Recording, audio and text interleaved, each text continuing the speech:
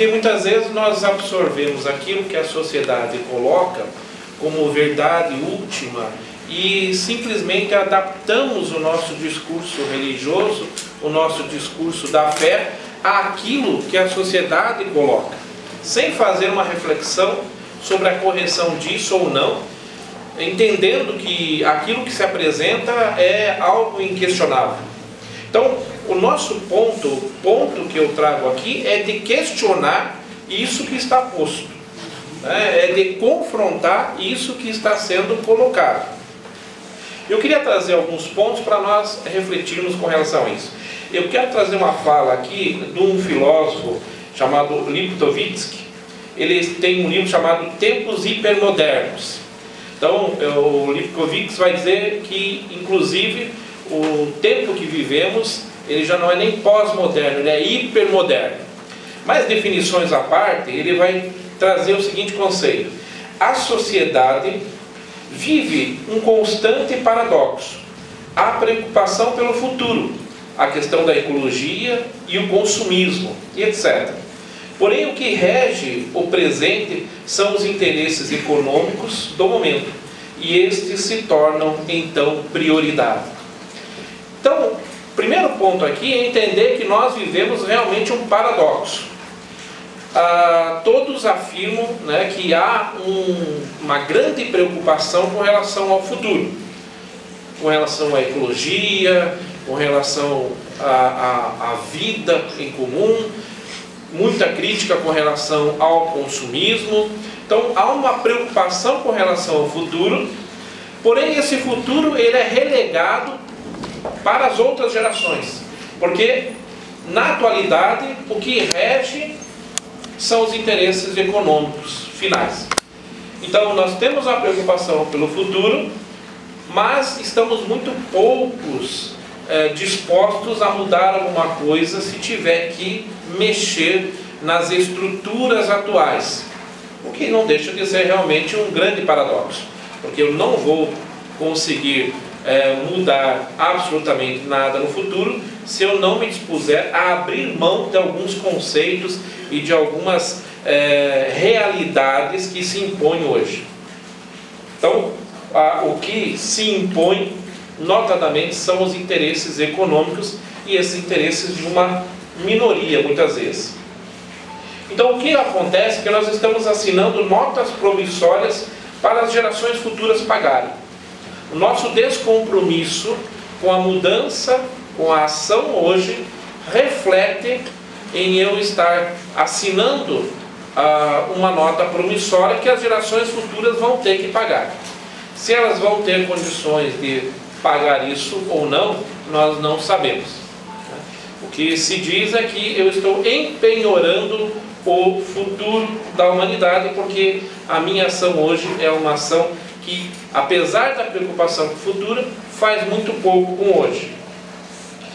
E Hans Jonas, um outro filósofo da modernidade, vai dizer que nós temos um comprometimento ético com as gerações futuras. A nossa geração tem um comprometimento ético com as gerações futuras. Trazendo isso para dentro do contexto que nós estamos trabalhando, que é a relativização da fé, a nossa geração, então, ela tem um compromisso para que a fé seja transmitida de forma correta, de forma idêntica à qual ela havia sido feita no princípio, para as gerações futuras.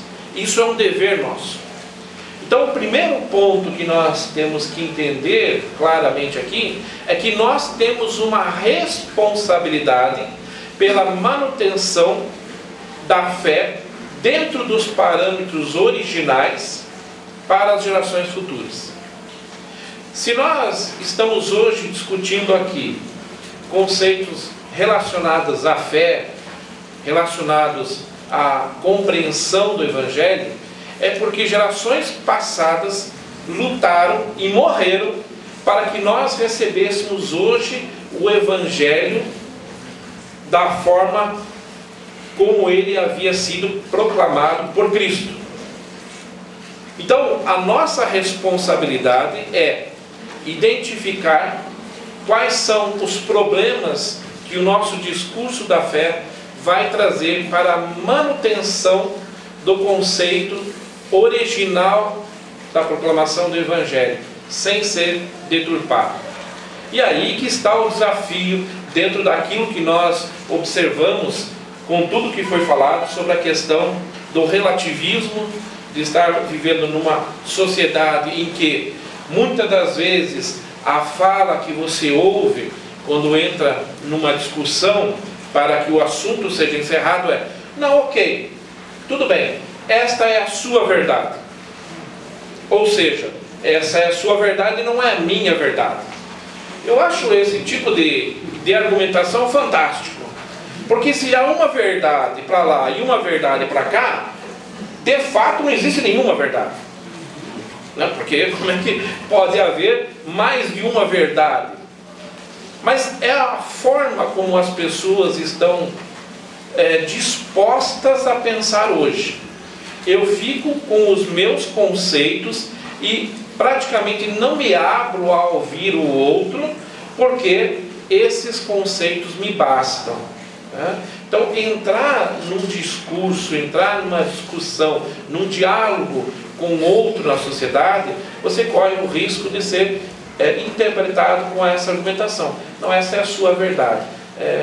Pode ficar com ela, eu fico com a minha verdade. O primeiro aspecto que nós temos que entender que a construção que a sociedade vive hoje, do meu ponto de vista, e aqui uma percepção muito particular minha, o debate ou uma guerra, entre aspas, de cosmos-visões.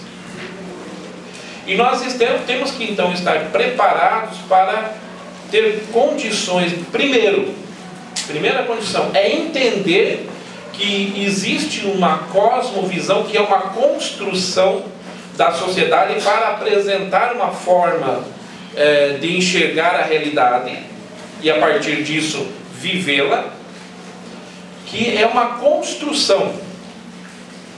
Porque às vezes nós temos a tendência de achar que tudo é assim mesmo, porque de fato é assim que as pessoas acabam vivendo, e isso é algo natural.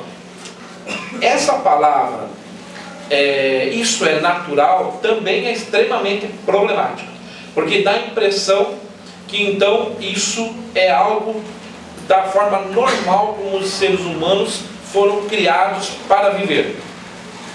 Quando eu digo que isso é natural, isso é um jeito natural das pessoas, eu estou dizendo que elas são assim mesmo e não há como mudar. Essa é a concepção.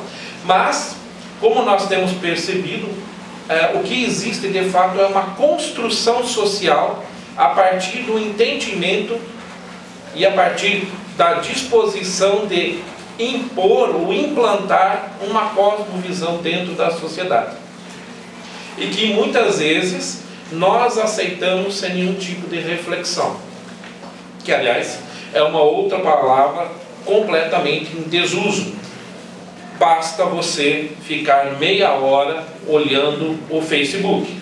Você percebe que reflexão é uma palavra que não se usa, né? Porque ali o que mais parece é que muitas pessoas simplesmente são porta-vozes de conceitos e que ninguém para pensar sobre o que está falando.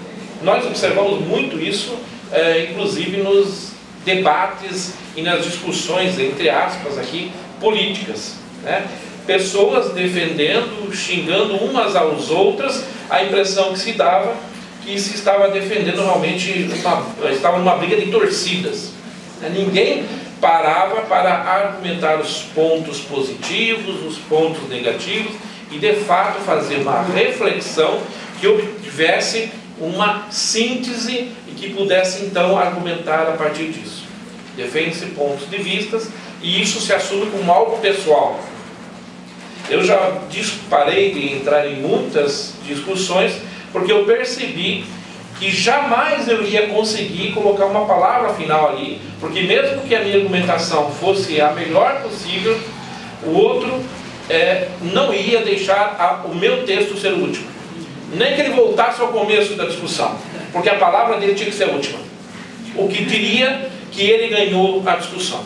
Então, ok. Né? A fé também se torna algo descartável. Né? Eu posso mudar de igreja para igreja se eu não gostar do discurso do pastor. Eu posso mudar de religião se aquela religião me fizer mais feliz. E aqui o conceito de felicidade é algo também que se impõe na nossa realidade. Todo mundo quer ser feliz, né? Todo mundo está correndo atrás dessa tal felicidade. Mas se você parar alguém para explicar, me diga o que é a felicidade, a pessoa gagueja e não vai saber dizer o que é a felicidade. Porque, de novo, a felicidade nos é mostrada por aquilo que alguém diz que é a felicidade, né? E que esse alguém normalmente é dentro dessa sociedade de consumo, dizendo que você vai ser feliz se você agir dessa maneira, se você tiver isso, se você comprar aquilo, e etc. e tal.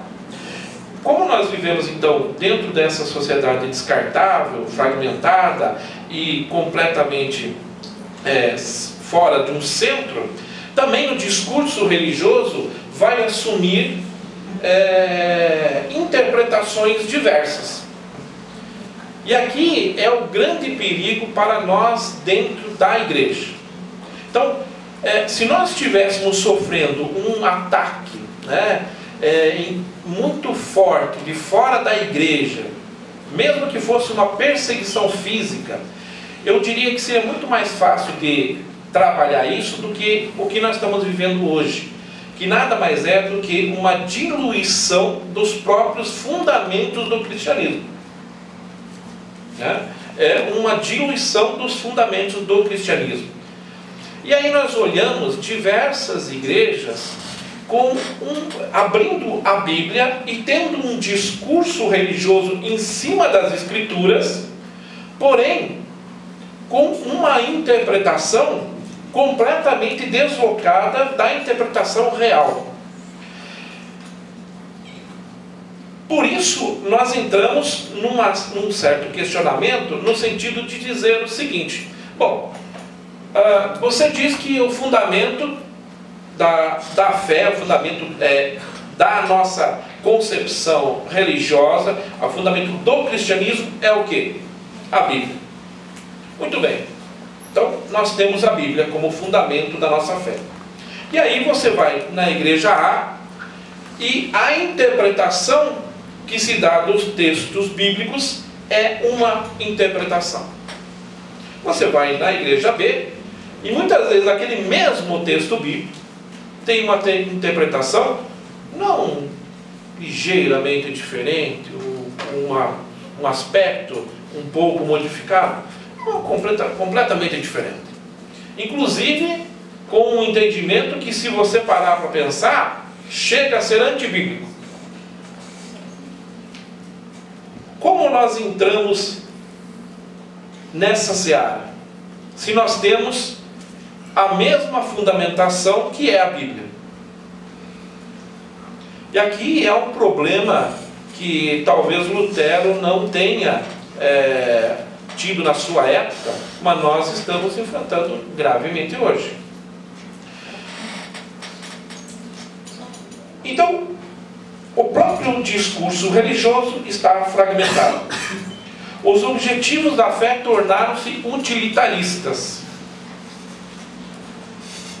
O que se quer dizer com utilitarista? Como nós estamos nessa sociedade em que eu tenho que ter a felicidade, eu vou para aquele discurso que me é útil, aquilo que me faz atingir os meus objetivos. Quais sejam os objetivos? Olha, eu quero ser feliz, eu quero de repente ter uma casa melhor, eu quero ter um carro do ano, eu quero ter um ano. Então esses objetivos que dizem para você que você será mais feliz, você vai escutar um discurso utilitarista. Em que sentido? Naquele em que a pessoa que está fazendo o discurso vai dizer como que você consegue esses valores através da religião.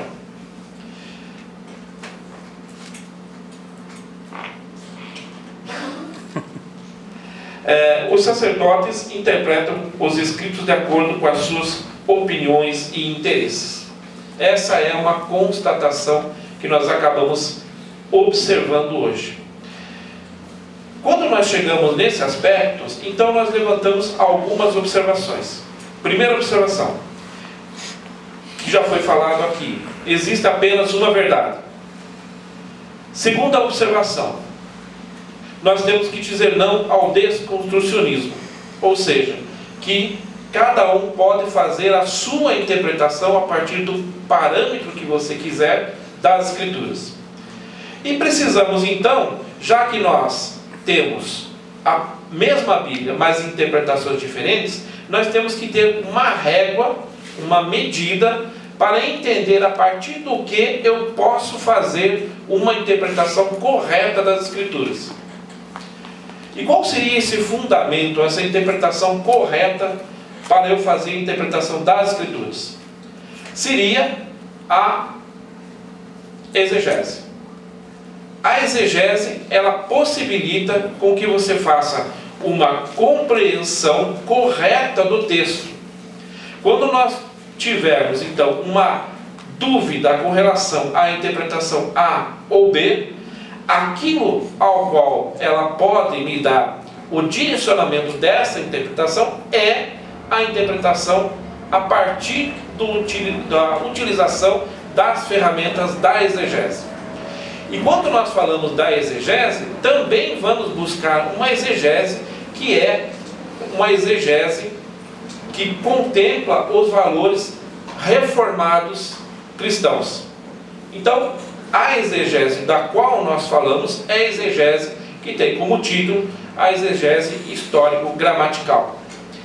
Só através da interpretação exegésica é que eu posso chegar, me aproximar o mais possível do entendimento original do texto, dentro do contexto onde ele foi escrito, para fazer a aplicação na atualidade, dentro do contexto onde ele foi colocado. Então, a exegese, ela acaba sendo o fator primordial para nós defendermos uma fundamentação bíblica.